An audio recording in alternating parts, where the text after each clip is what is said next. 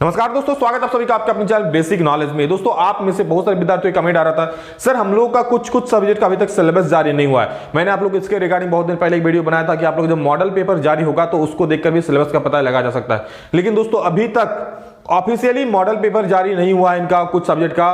तो अब सर आखिर क्या करें?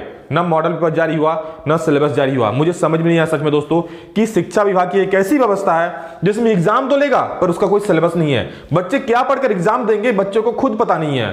तो पता नहीं इसके लिए जो शिक्षाविद या फिर जो शिक्षा वहां पर बड़े बड़े अफसर बैठे हैं उन क्या सोचते हैं इनके बारे में कि बच्चे आखिर एग्जाम कैसे देंगे। जब सिलेबस को रिड्यूस किया गया है, 2 पार्ट में बांटा गया है हर एक सब्जेक्ट का, तो कुछ सब्जेक्ट को ऐसे अधर में लटका कर क्यों छोड़ दिया गया मुझे पता नहीं। ऐसा नहीं है कि उन सब्जेक्ट में विद्यार्थी नहीं है, उसमें भी विद्यार्थी है, बहुत सारे विद्यार्थी है, अच्छे खासे विद्यार्थी एग्जाम दे रहे हैं, पर उनका ना सिलेबस जारी किया गया है, ना उसका रिड्यूस सिलेबस जारी किया गया है, और न ही सबसे बड़ी बात उनका मॉडल पेपर जारी किया गया है।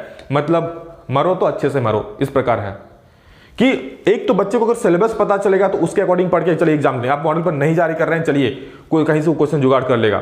चलिए आप सिलेबस नहीं जारी कीजिए, मॉडल पर से भी बहुत सारे क्वेश्चंस का वहां पता लग जाएगा, हाँ इन चैप्टर सा है, बच्चे वहां से निकाल लेंगे। ना मॉडल पर जारी हुआ है कुछ सब्जेक्ट का, ना उसका सिलेबस जारी हो, तो बच्चे आखिर पढ़ेंगे क्या?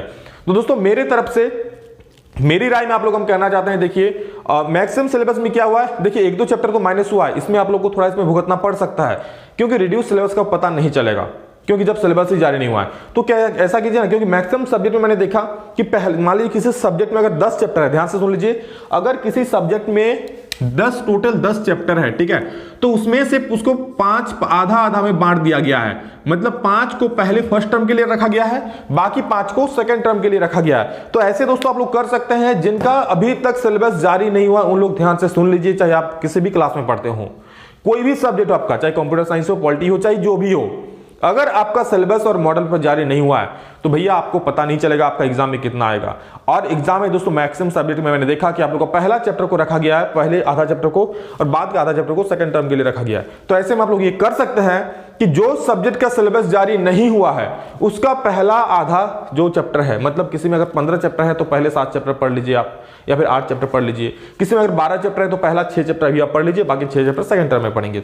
ये मेरी राय है, आप लोग कर सकते हैं। मेरी पर्सनली मेरा मतलब ये मानना है कि पहले से आएगा, ठीक है, क्योंकि मैक्सिमम मैंने सब्जेक्ट को देखा तो इसी का आधार पर था। और इसके अलावा दोस्तों अभी और कोई उपाय भी नहीं बचा है आप लोगों के सामने और हमारे सामने, क्योंकि ना तो मॉडल पर जारी हुआ है ना सिलेबस जारी हुआ है। कुछ सब्जेक्ट का जो है तो वो बच्चे ऐसे कर सकते हैं, और आशा करता हूं ऐसे एग्जाम में पूछा जाएगा। क्योंकि ऐसा नहीं कि सारे सब्जेक्ट में दोस्तों आप लोग का पहले से पूछा गया है पहले आधा, और एक सब्जेक्ट में आपका लास्ट का आधा पूछा जाएगा, ऐसा बिल्कुल नहीं होगा।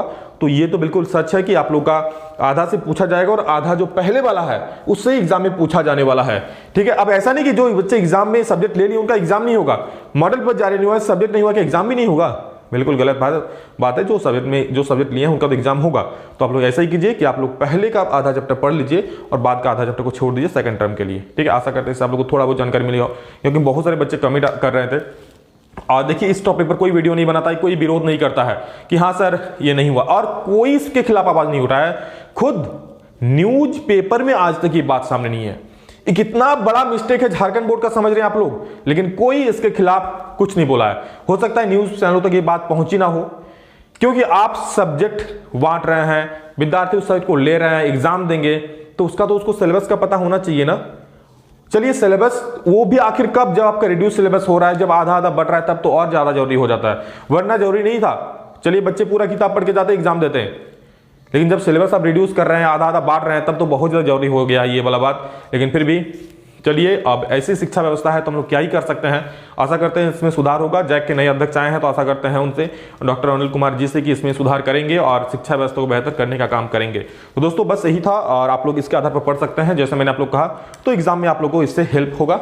और बाकी कोई उपाय हम लोग के पास अभी है नहीं, ठीक है। चलिए दोस्तों, मेरे जितना हो रहा है मैं आप लोगों को यहाँ हेल्प कर रहा हूँ। चैनल को सब्सक्राइब जरूर कर लीजिएगा ताकि इसी तरह का अपडेट और हर एक पढ़ाई का वीडियो आप लोग को मिल पाए। चलिए, love you all, thank you all of you. पढ़ाई कीजिए ताकि बोर्ड में अच्छा नंबर आ पाए। अभी के लिए इतना ही, फिर मिलते हैं नेक्स्ट में जल्द ही। तब तक जय हिंद, वंदे मातरम।